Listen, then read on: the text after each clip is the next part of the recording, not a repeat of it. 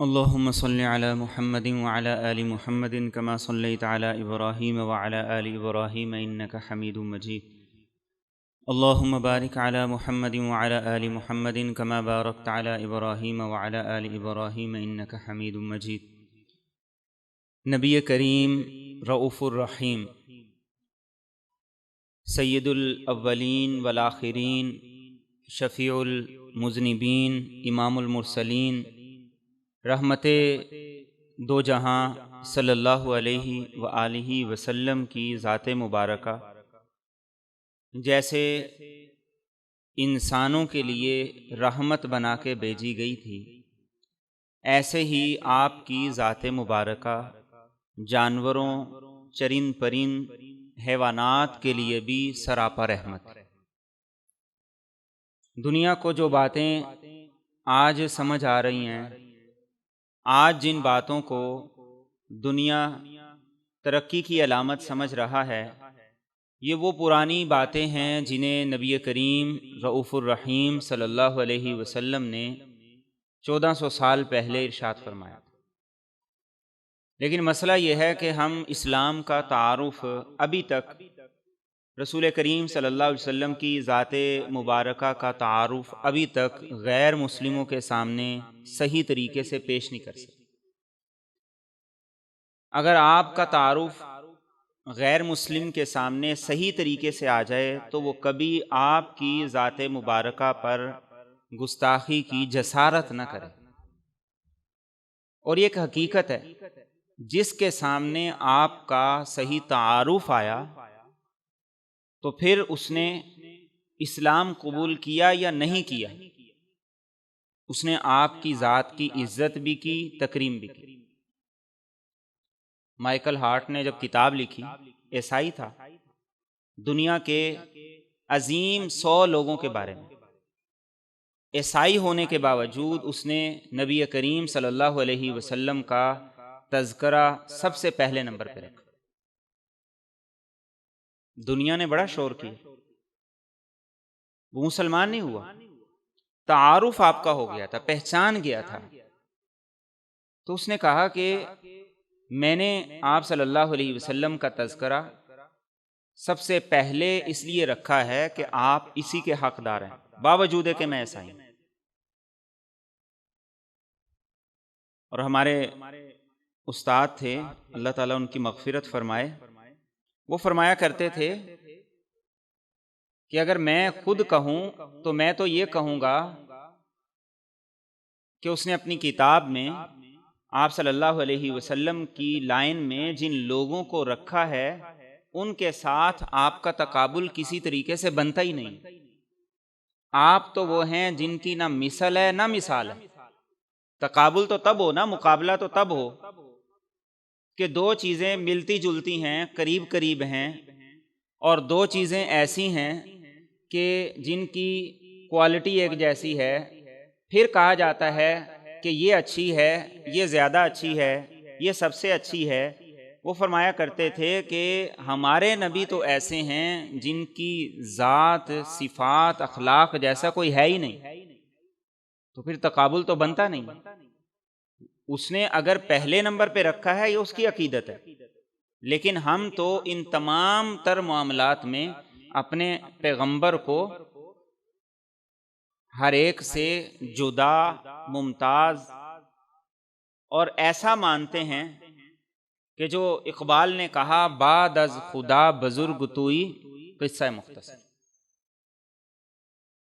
جو پیغمبروں میں پیغمبروں کا امام ہے،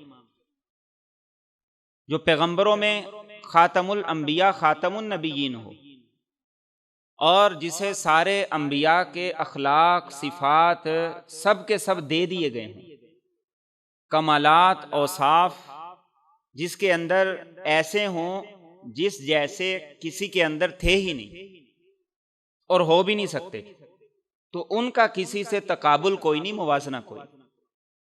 اصل کمزوری ہماری ہے کہ ہمیں خود اپنے پیغمبر کا تعارف نہیں، ہمیں خود اپنے پیغمبر کی پہچان نہیں، تو ہم کسی کے سامنے کیا رکھیں گے؟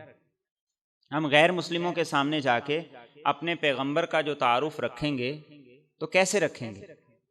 تو اصل ضرورت اس بات کی ہے کہ میرے اور آپ کے نبی کا صحیح تعارف جب چلا جائے گا دنیا کے کسی بھی غیر مسلم کے پاس، تو پھر وہ گستاخی کی ضرورت نہیں کرے گا۔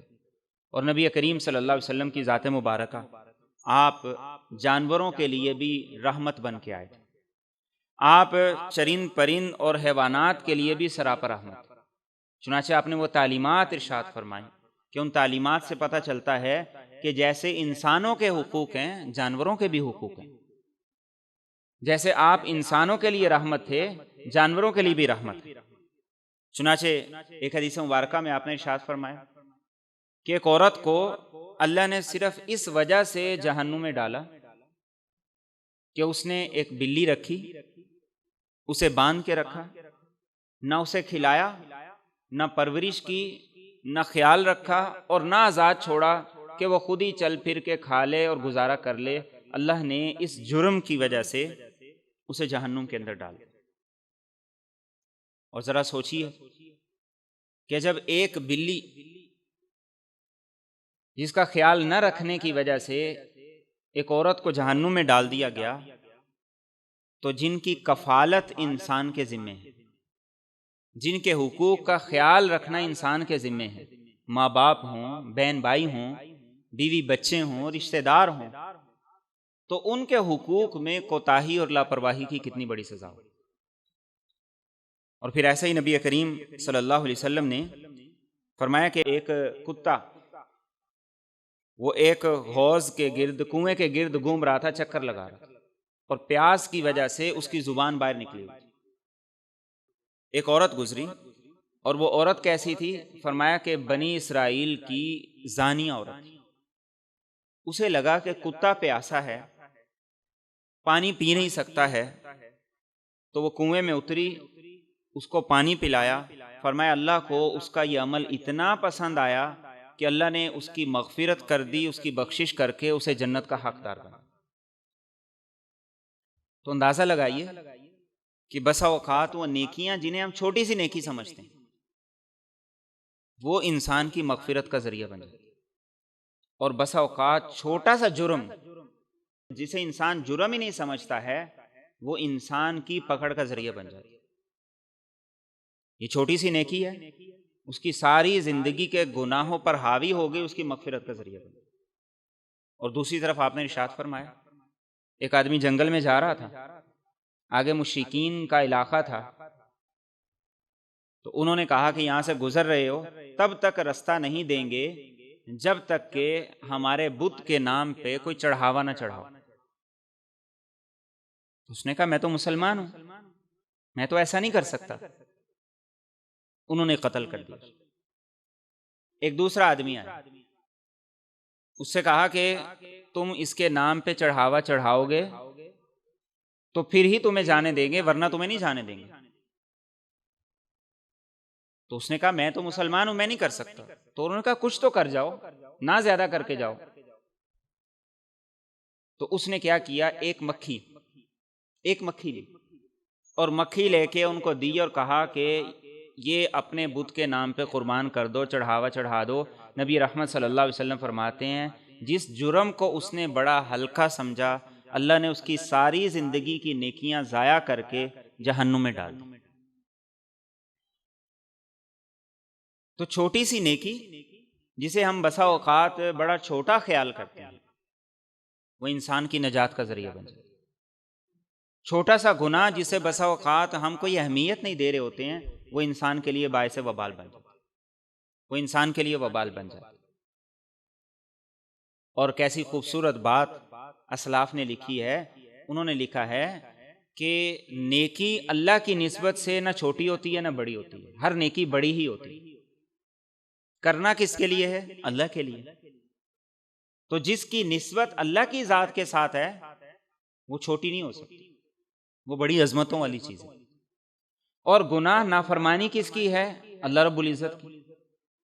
تو جب نافرمانی اس کی ہے تو پھر اس گناہ کو چھوٹا نہیں سمجھا جا سکتا، اس لیے کہ وہ احکم الحاکمین ہے، وہ بادشاہ شہنشاہ ہے، اس کی طرف نسبت کر کے اس کی جو حکم عدولی کی جائے گی تو وہ گناہ بڑا ہی ہوگا، چھوٹا نہیں سمجھا جائے گا۔ اس لیے اللہ کے رسول صلی اللہ علیہ وسلم نے یہ بات ارشاد فرمائی۔ اور ایک موقع پر جب آپ نے ایسا ہی واقعہ بیان کیا تو صحابہ نے کہا یا رسول اللہ صلی اللہ علیہ وسلم کہ انسانوں کی پرورش پر، ان کو کھلانے پر، ان پہ خرچ کرنے پر اجر ملتا ہے، تو ان جانوروں کو کچھ کھلائیں گے پلائیں گے، کیا اس پہ بھی کچھ اجر ملے گا؟ آپ نے فرمایا بالکل، ہر جاندار پر خرچ کرنے کی وجہ سے اللہ اجر عطا کرتے ہیں، ہر جاندار۔ تو آپ سوچئے کہ ہم جن جن جانوروں پہ خرچ کرتے ہیں، جس جس انداز سے خرچ کرتے ہیں، یہ ہمارا خرچ کرنا ہمارے لیے صدقہ ہی۔ اس لیے نبی کریم صلی اللہ علیہ وسلم نے ارشاد فرمایا جو آدمی کوئی درخت لگائے، فرمایا اس درخت کے نیچے کوئی انسان سایہ لے گا تو بھی اسے اجر ملے گا، کوئی پرندہ اپنا گھونسلہ بنائے گا اسے بھی اجر ملے گا، اور کوئی پرندہ اس پھل میں سے کھائے گا تو درخت لگانے والے کو صدقے کا اجر ملے گا۔ اور کتنا سستا آسان صدقہ ہے۔ گھر میں بچے ہوئے چاول ہیں، باہر ڈال دیں، پرندے آئیں گے کھائیں گے، صدقے کا اجر ملے گا۔ روٹی کے ٹکڑے ہیں، باہر ڈال دیں، پرندے آئیں گے کھائیں گے، صدقے کا اجر ملے گا۔ اور نہیں کچھ کر سکتے تو پانی کا ایک بول رکھ دیں، پرندے آئیں گے پانی پئیں گے، صدقے کا اجر ملے گا۔ اور بعض لوگوں کو شکایت ہوتی ہے بچے کھاتے نہیں ہیں، جن کے گھروں میں یہ شکایت ہے کہ بچے کھاتے نہیں ہیں، ان کے لیے بہترین عمل ہے پرندوں کو کھلاؤ، بچے خود بخود کھانا شروع ہو جائیں۔ پرندوں کو دانہ ڈالو، پانی ڈالو، بچے خود بخود کھانا شروع ہو جائیں۔ تو یہ چھوٹا سا اجر ہے، چھوٹا سا عمل ہے، اجر بڑا ہے۔ اور ایسے چھوٹے چھوٹے کام ہمیں بچوں سے کروانے چاہیے، ان کی تربیت یہیں سے ضروری ہے۔ جو ایک جانور کو پانی پلائے گا تو کیا وہ انسان کا احساس نہیں کرے گا؟ جو ایک پرندے کو پانی پلائے گا کیا وہ کسی بڑے کو پانی پلانے کے لیے پہل نہیں کرے گا؟ تربیت چھوٹے چھوٹے امور سے چلتی ہے اور بڑے کام تک جاتی ہے، یکدم تربیت نہیں ہوتی، اور یکدم انسان میچور نہیں ہو جاتا۔ چھوٹی چھوٹی باتیں ہیں جو انسان کی تربیت کرتی ہیں اور پھر وہ مزاج کا حصہ بنتی ہیں۔ تو نبی رحمت صلی اللہ علیہ وسلم نے یہ بات ارشاد فرمائی کہ جس جاندار کو بھی فائدہ پہنچے گا تمہیں اس کا اجر ملے گا، اور یہ اجر صدقہ کرنے جیسا ہی ہے۔ عبداللہ بن جعفر رضی اللہ تعالیٰ عنہ کہتے ہیں آپ صلی اللہ علیہ وسلم تشریف لے گئے، انصاری کا باغ تھا، تو آپ نے دیکھا کہ ایک اونٹ آپ کی طرف آ رہا ہے۔ فرماتے ہیں کہ ہم دیکھ رہے ہیں منظر، وہ اونٹ آیا اور آپ کے مبارک قدموں میں اپنا سر رکھ دیا اور رونے لگا۔ فرماتے ہیں نبی رحمت صلی اللہ علیہ وسلم نے اس کے سر پہ ہاتھ پھیرا اور کہا اس کا مالک کون ہے؟ تو وہ انصاری آ گئے، یا رسول اللہ صلی اللہ علیہ وسلم میں اس کا مالک ہوں۔ تو آپ نے کہا ان بے زبان جانوروں کے معاملے میں اللہ سے ڈرا کرو، اور فرمایا اس نے مجھے تمہاری شکایت کی ہے، اور شکایت یہ کی ہے تم اسے بھوکا رکھتے ہو، اسے کھلاتے پلاتے نہیں ہو، اور ضرورت سے زائد اس سے کام لیتے ہو۔ وہ سمجھتے ہیں بولیاں سب کی، پرندے جانور جاندار بھی آپ کے پاس اپنی شکایتیں لے کے آیا کرتے ہیں۔ تو آپ نے کہا اس نے مجھے یہ شکایت کی ہے، اور آپ دیکھیے کہ میرے اور آپ کے پیغمبر وہ ہیں جنہیں جانور بھی پہچانتے ہیں، میرے اور آپ کے پیغمبر وہ ہیں جنہیں چرند پرند بھی پہچانتے ہیں کہ یہ اولین اور آخرین کے سردار ہیں۔ ایک حدیث طیبہ میں آپ نے یہ بات ارشاد فرمائی، جاندار تو جاندار، فرمایا مجھے آج بھی اس پتھر کا بڑی اچھی طرح پتہ ہے، مکی دور کے اندر ہجرت سے پہلے جب میں اس کے پاس سے گزرتا تھا تو وہ السلام علیک یا رسول اللہ کہا کرتا تھا، مجھے سلام کیا کرتا تھا۔ تو پتھر جن کو سلام کریں، پرندے جن کے پاس اپنی شکایتیں لے کر آئیں، جانور جن کے پاس اپنی شکایتیں لے کر آئیں، تو ایک مسلمان کو بھی اپنے پیغمبر کی اتنی ہی پہچان ہونی چاہیے، ایک مسلمان کے دل میں بھی اپنے پیغمبر کا یہی مقام اور مرتبہ۔ اور اللہ کے رسول صلی اللہ علیہ وسلم نے ایک دوسرے موقع پر ایک اونٹ کو دیکھا، اس کا پیٹ اس کے سینے سے لگا ہوا ہے، بھوکا ہے۔ تو آپ صلی اللہ علیہ وسلم نے اس موقع پر کہا، فرمایا کہ دیکھو جب ان پہ سواری کرو تو پہلے ان کی ٹینکی فل کیا کرو، کھلایا کرو، پلایا کرو، چارہ پورا دیا کرو، اور فرمایا کہ ان کی تھکاوٹ سے پہلے، ان کے تھکنے سے پہلے ان سے تھوڑا کام لیا کرو، اس سے پہلے انہیں چھٹی دے دیا کرو، ان کی ذمہ داری ڈیوٹی پہلے سے ختم کر دیا کرو۔ آج ہم دیکھتے ہیں کہ ایک آدمی جس کے پاس ریڑھا ہے وہ اس پہ اتنا سامان لاد لیتا ہے کہ اس کے لیے لے کے چلنا مشکل ہوتا ہے، پھر اسے مارتا ہے، تشدد کرتا ہے۔ تو میرے اور آپ کے پیغمبر صلی اللہ علیہ وسلم جانوروں کے بھی حقوق بتا کے گئے کہ ان جانوروں کے ساتھ بھی رحمت اور شفقت والا معاملہ کرنا ہی ایک مسلمان کی علامت اور نشانی۔ اور ایک موقع پہ آپ نے دیکھا صحابہ سواریوں پہ بیٹھے ہوئے ہیں اور آپس میں بات چیت کر رہے ہیں، تو اللہ کے رسول صلی اللہ علیہ وسلم نے فرمایا لا تتخذوا ظہور دوابکم منابر، فرمایا یہ سواریاں ہیں، یہ تمہارے لیے ممبر نہیں ہے، یہ تمہارے لیے سٹیج نہیں ہے، بات کرنی ہے، لمبی چوڑی بات ہے، نیچے اتر کے بات کرو، اور سواری کرنی ہے تو اللہ نے اس لیے بنایا ہے تاکہ سواری کر کے ایسی جگہ تک جا پہنچو جہاں تک تم پیدل نہیں جا سکتے۔ تو یہ ان کے حق کی پامالی ہے کہ تم ان پہ بیٹھ جاؤ اور گپے لگانے لگو یہاں تک کہ وہ تمہارا بوجھ اٹھا کے تھک جائے۔ اور اس سے بھی آگے نبی کریم صلی اللہ علیہ وسلم ایک غزوے کے اندر تھے، تو صحابہ باری باری اونٹ پہ سوار ہوتے تھے۔ بعض روایات میں ہے کہ 6 آدمی ان کی باری ہوتی تھی ایک اونٹ پر، بعض میں 5 کا لفظ ہے، بعض میں 7 کا لفظ ہے۔ تو صحابہ کہتے ہیں کہ ایک آدمی کی باری آئی، جب وہ اونٹ پہ سوار ہوا تو اونٹ نے تھوڑی مستی کی اور دائیں بائیں ہونے لگا، تو اس نے کہا تیرا ناس ہو، تجھ پہ اللہ کی لعنت ہو۔ نبی کریم صلی اللہ علیہ وسلم کے کانوں میں جب یہ آواز پڑی تو آپ نے پوچھا بھائی یہ کون ہے، کس نے جانور پر لعنت کی ہے؟ تو کہا گیا یا رسول اللہ یہ آدمی ہے، اس نے کی ہے۔ تو آپ نے فرمایا کہ تم نیچے اتر جاؤ، اس سواری کو ہمارے لشکر سے الگ کر دو، اس لیے کہ تم نے اس پر جو لعنت کی ہے وہ بد دعا تمہاری اس کے حق میں قبول ہو گئی۔ اور پھر فرمایا کہ اے لوگو، نہ اپنے خلاف بد دعا کرو، نہ اپنی اولاد کے خلاف بد دعا کرو، اور اپنے جانوروں کے خلاف بھی بد دعا نہ کرو، ان پر بھی لعن طعن نہ کرو،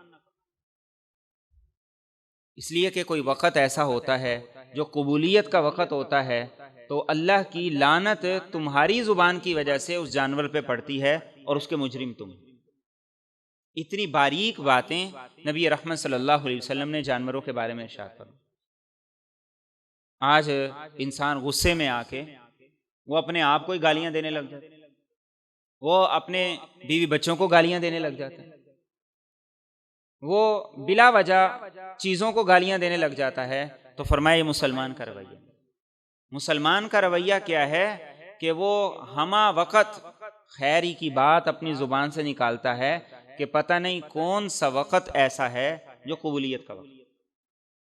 تو اس لیے آپ صلی اللہ علیہ وسلم نے ان باتوں کی طرف متوجہ کی اور آپ نظر رکھا کرتے تھے۔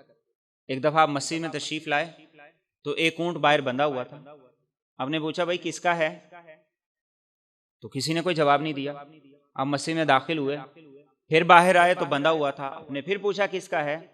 تو ایک نوجوان آیا، کہا یا رسول اللہ صلی اللہ علیہ وسلم یہ میرا ہے۔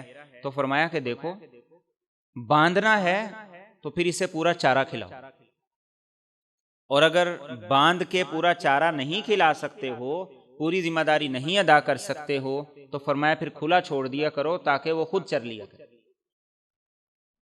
تو جانوروں کی خوراک کا بھی پورا لحاظ رکھنے کا میرے اور آپ کے نبی صلی اللہ علیہ وسلم نے حکم دیا۔ شداد بن اوس کہتے ہیں کہ دو باتیں میں نے اللہ کے رسول صلی اللہ علیہ وسلم سے سنی اور میں نے انہیں یاد کر لی۔ ایک یہ بات ارشاد فرمائے، ان اللہ کتب الاحسان علی کل شیء، ہر چیز کے ساتھ تمہارا رویہ اور برتاؤ اچھے سے اچھا ہونا چاہیے۔ اور فرمایا کہ فَإِذَا قَتَلْتُمْ فَأَحْسِنُوا الْقِتْلَ وَإِذَا ذَبَحْتُمْ فَأَحْسِنُوا الذَّبْحَ، اور فرمایا جب کسی چیز کا شکار کرو اچھے طریقے سے شکار کرو، اور جب کسی جانور کو ذبح کرنا ہو اچھے طریقے سے ذبح کرو، اور فرمایا جانور کو لٹا کے اس کے سامنے چھری تیز نہ کیا۔ کتنی خوبصورت بات ارشاد فرمائی کہ ایک جانور کو ذبح کرنا ہے تو تیز دھار والی چھری ہونی چاہیے، اور اسے لٹا دیا ہے اور چھری تیز کر رہے ہیں۔ آپ نے دیکھا ایک موقع پر ایک آدمی نے جانور کو لٹایا ہوا ہے اور چھری تیز کر رہا ہے، اللہ کے رسول صلی اللہ علیہ وسلم نے فرمایا کیا یہ چاہتے ہو کہ اسے 2 مرتبہ موت آئے؟ ایک تو تم نے اس کے گلے پہ چھری چلانی ہے، اور دوسرا تم اسے لٹا کے اس کی آنکھوں کے سامنے چھری چلا رہے ہو۔ فرمایا یہ کام نہ کرو۔ اور اسی نسبت سے اللہ کے رسول صلی اللہ علیہ وسلم نے یہ بات بھی ارشاد فرمائی کہ ایک جانور کو دوسرے جانور کے سامنے ذبح نہ کرو۔ ایک جانور کو ذبح کیا جا رہا ہے، اس کے ہاتھ پاؤں باندھے جا رہے ہیں اور اس کے گلے پہ چھری پھیری جا رہی ہے، فرمایا کہ دوسرے جانور کے سامنے ایسا نہ کرو۔ ایسا کرنا یہ رحمت کے اور شفقت کے خلاف ہے، اور اس کے باقاعدہ طور پہ نقصانات بھی ہیں۔ تو میرے اور آپ کے نبی صلی اللہ علیہ وسلم نے ایسی تعلیمات ارشاد فرمائی۔ اور ایک حدیث میں آتا ہے کہ ایک صحابی آئے، کہا یا رسول اللہ صلی اللہ علیہ وسلم، میں جب کسی بکری کو ذبح کرنے لگتا ہوں تو مجھے اس پہ ترس بڑا آتا ہے۔ بس اوقات ہم جب جانور پالتے ہیں اور کئی دن پال کے اس کی خدمت کرتے ہیں، تو جب اس کے ذبح ہونے کا وقت آتا ہے تو بچے رونے لگتے ہیں، دل میں محبت شفقت کے جذبات ہوتے ہیں۔ تو ایک صحابی نے کہا یا رسول اللہ صلی اللہ علیہ وسلم، میری کیفیت بھی کچھ ایسی ہوتی ہے کہ بکری کے گلے پہ چھری چلانی ہے اور دل نہیں کرتا۔ تو اللہ کے رسول صلی اللہ علیہ وسلم نے ارشاد فرمایا کہ دیکھو، اگر بکری پر تمہیں رحم آتا ہے اور اس کے بارے میں تمہارا دل نرم ہوتا ہے، موم ہوتا ہے، تو یہ خوشخبری کی بات ہے، اس لیے کہ اللہ رب العزت بھی ایسے آدمی پر رحم کرتا ہے جس کے دل میں دوسروں کے لیے رحم ہوتا ہے۔ اور یاد رکھیے کہ جس رب نے ان جانوروں کو پیدا کیا ہے، جس رب نے ہمارے دل میں ان جانوروں کے لیے شفقت اور محبت کے جذبات رکھے ہیں، اسی رب نے انہیں ذبح کرنے کا حکم بھی دیا۔ اسی رب نے انہیں کاٹنے کا اور ذبح کرنے کا حکم بھی دیا ہے اگر جانوروں کو ذبح نہ کیا جائے۔ جیسا کہ آج بہت سے لوگ قربانی پر یہ اعتراض اٹھا دیتے ہیں، تو کیا ہوگا؟ بیمار ہوں گے، مختلف امراض سے مریں گے، اور تعفن پھیلے گا، اور بہت سی خرابیاں ہوں گی۔ تو جس رب نے انہیں پیدا کیا ہے، جس رب نے تمہارے دل میں ان کے لیے شفقت اور محبت رکھی ہے، وہی رب یہ بھی چاہتا ہے کہ ان کو اس کے نام پہ ذبح کیا جائے، اس لیے کہ اس کا نام ہی ایسا ہے، اس کی ذات ہی ایسی ہے کہ کائنات کی ہر چیز اس کے نام پہ قربان ہو جانی چاہیے، اور یہ اس کی تعظیم کا حق ہے۔ اور ایک دوسری حدیث میں آپ صلی اللہ علیہ وسلم ایک آدمی کے پاس سے گزرے اور وہ بکری کا دودھ نکال رہا تھا، تو آپ صلی اللہ علیہ وسلم نے ارشاد فرمایا کہ جب اس کا دودھ نکالو تو سارا نہیں نکال لینا، اس کے تھنوں کو اچھے طریقے سے نچوڑ نہ لینا۔ اب بکری نے کتنا دودھ دینا ہوتا ہے؟ تھوڑی سی مقدار میں۔ آپ نے فرمایا سارا نہ نچوڑ لینا، بلکہ اس کے بچے کا بھی حق ہے، وہ اس کے لیے چھوڑ دینا۔ کیسی رحمت اور شفقت بری تعلیمات ہیں کہ انسان کو کہا کہ اپنے فائدے کو پیش نظر رکھنا ہے، لیکن اس کے بچے کا بھی حق ہے، اس کے لیے دودھ چھوڑ دینا تاکہ اس کی غذا بھی پوری ہو، تاکہ اس کو بھی پوری خوراک ملے۔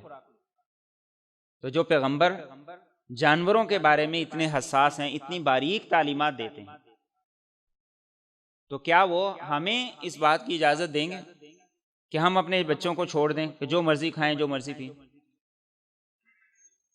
جس پیغمبر کو جانور کے بچے کی خوراک کا احساس ہے، کیا وہ ہمیں اس بات کے لیے چھوڑ دیں کہ جو گند بلا ہے وہ کھاتے پیتے رہیں، نہ ان کی خوراک کا خیال رکھا جائے اور نہ ان کی صحت کا خیال رکھا جائے؟ آج یہ کوتاہی ایک بڑی کوتاہی ہے جس میں ہم لوگ عمومی طور پہ مبتلا ہیں۔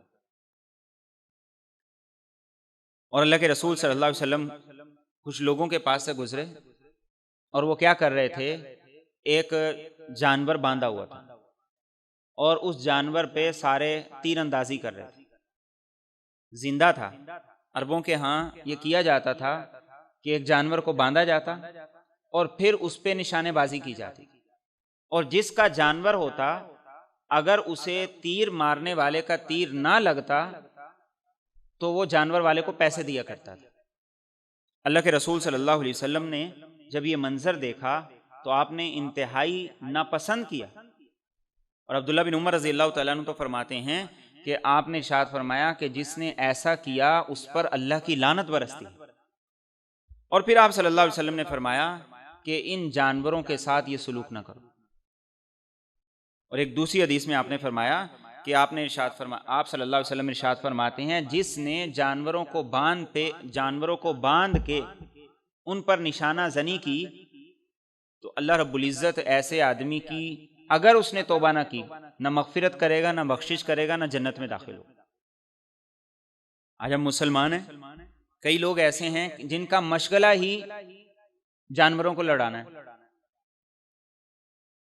کہیں کتوں کی لڑائیاں ہو رہی ہیں، کہیں تیتروں کی لڑائیاں ہو رہی ہیں، کہیں مرغوں کی لڑائیاں ہو رہی ہیں، اور کہیں کوئی اور جانور ہیں جن کی لڑائیاں ہو رہی ہیں، اور پھر کیسے خونخوار طریقے سے یہ سب کچھ ہوتا ہے۔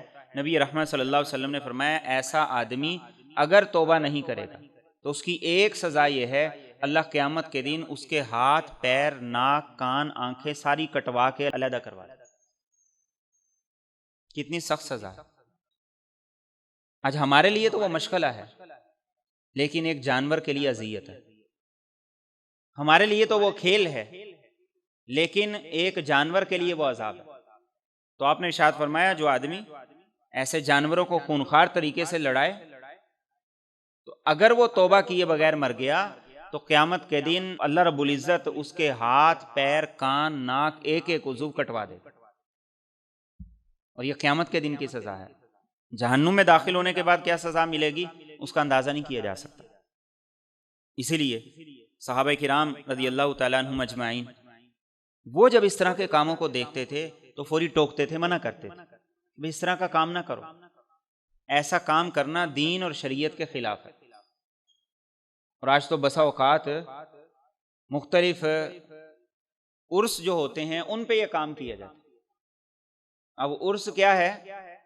کسی نیک آدمی کے یوم وفات پر لوگوں کو جمع کیا جاتا ہے، لیکن وہاں پہ کوئی ایسا ماحول ہی نہیں، وہاں پہ تو سارا منظر ہی ایسا ہے، میلہ لگا ہوا ہے، مرد اور عورتیں ٹولیوں کی صورت میں آ رہے ہیں، سرکس لگی ہوئی ہے، اور ساتھ کتوں کی لڑائیاں ہو رہی ہیں، جانوروں کی لڑائیاں ہو رہی ہیں، اور یہ عرس ہے۔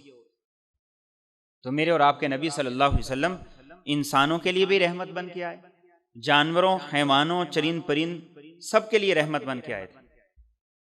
اور پھر کئی لوگ ہوتے ہیں انہیں شکار کرنے کا شوق ہوتا ہے۔ اللہ کے رسول صلی اللہ علیہ وسلم نے ایک حدیث مبارکہ میں ارشاد فرمایا کہ جو آدمی کسی چڑیا کو یا اس سے چھوٹے یا بڑے کسی پرندے کو بغیر کسی ضرورت کے مارتا ہے تو فرمایا اللہ قیامت کے دن اس سے اس کے بارے میں سوال کرے گا، پوچھے گا۔ تو صحابہ نے کہا یا رسول اللہ صلی اللہ علیہ وسلم ضرورت کیا ہے؟ تو آپ نے فرمایا ضرورت یہ ہے کہ حلال جانور کا شکار کرے، اسے ذبح کرے، اسے کھائے، صرف جانوروں کو مارنا یہ مشغلہ اور شوق نہیں ہونا چاہیے۔ شکار کی اجازت ہے، لیکن اس بات کی اجازت نہیں ہے کہ صرف شوقیہ طور پر اپنا نشانہ پکا کرنے کے لیے جانوروں کو انسان مارتا رہے۔ اور اس بات کی بھی تعلیم گویا دی جا رہی ہے کہ جو آدمی اناڑی ہے اسے بھی شکار نہیں کرنا چاہیے، وہ صحیح طریقے سے شکار کر ہی نہیں سکتا، اس کا نشانہ صحیح طریقے سے اگر نہیں لگتا ایک پرندے کو یا کسی بھی جانور کو تو وہ مردار ہی ہو کے مرے گا، اس کا کون سا علاج ہے، اس کا کون سا کسی ہاسپٹل میں ٹریٹمنٹ ہونا ہے۔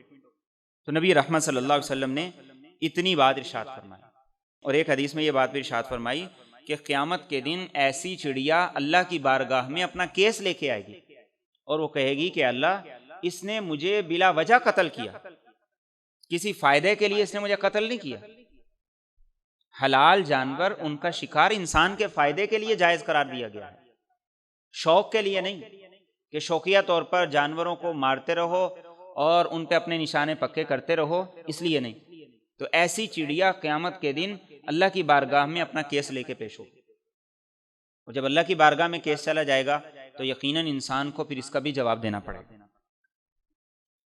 اور اللہ کے رسول صلی اللہ علیہ وسلم نے اس بات کی بھی تعلیم دی ہے کہ اگر کسی ایسی جگہ پہ سفر کر رہے ہو کہ جہاں پہ سبزہ ہے تو فرمایا کہ جانوروں کو خوب کھلاؤ پلاؤ، کسی ایسی جگہ پہ سفر کر رہے ہو جہاں خشک سالی ہے تو فرمایا کہ جانوروں کو جلدی چلایا کرو، ایسا نہ ہو کہ وہ تھک جائیں، ان کے لیے سفر کرنا مشکل ہو اور تم نہ انہیں پانی پلا سکتے ہو نہ چارہ دے سکتے ہو، اس لیے کہ نہ پانی کا انتظام ہے نہ چارے کا انتظام ہے۔ اور فرمایا کہ جیسے ہی منزل تک پہنچو تو پھر اپنی سواریوں کو آرام کے لیے چھوڑ دو، انہیں کرسی بنا کے ان پر بیٹھے نہ رہو۔ اور کئی جانور اللہ کے رسول صلی اللہ علیہ وسلم کے پاس شکایت لے کر آیا کرتے تھے، اور آپ ان کی شکایت کو سن کے صحابہ کرام رضی اللہ تعالیٰ عنہم اجمعین کو متوجہ بھی کیا کرتے تھے۔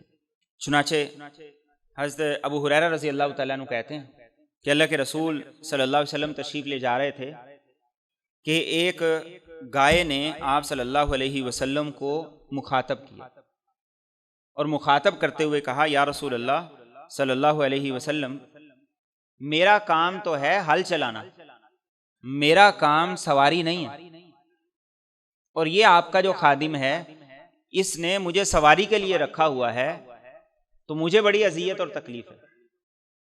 تو اللہ کے رسول صلی اللہ علیہ وسلم نے جب اس کی بات سنی، صحابہ بھی موجود تھے، تو انہیں بڑا تعجب ہوا کہ ایک گائے ہے بول رہی ہے اور صحابہ اس کی بات کو سن رہے ہیں۔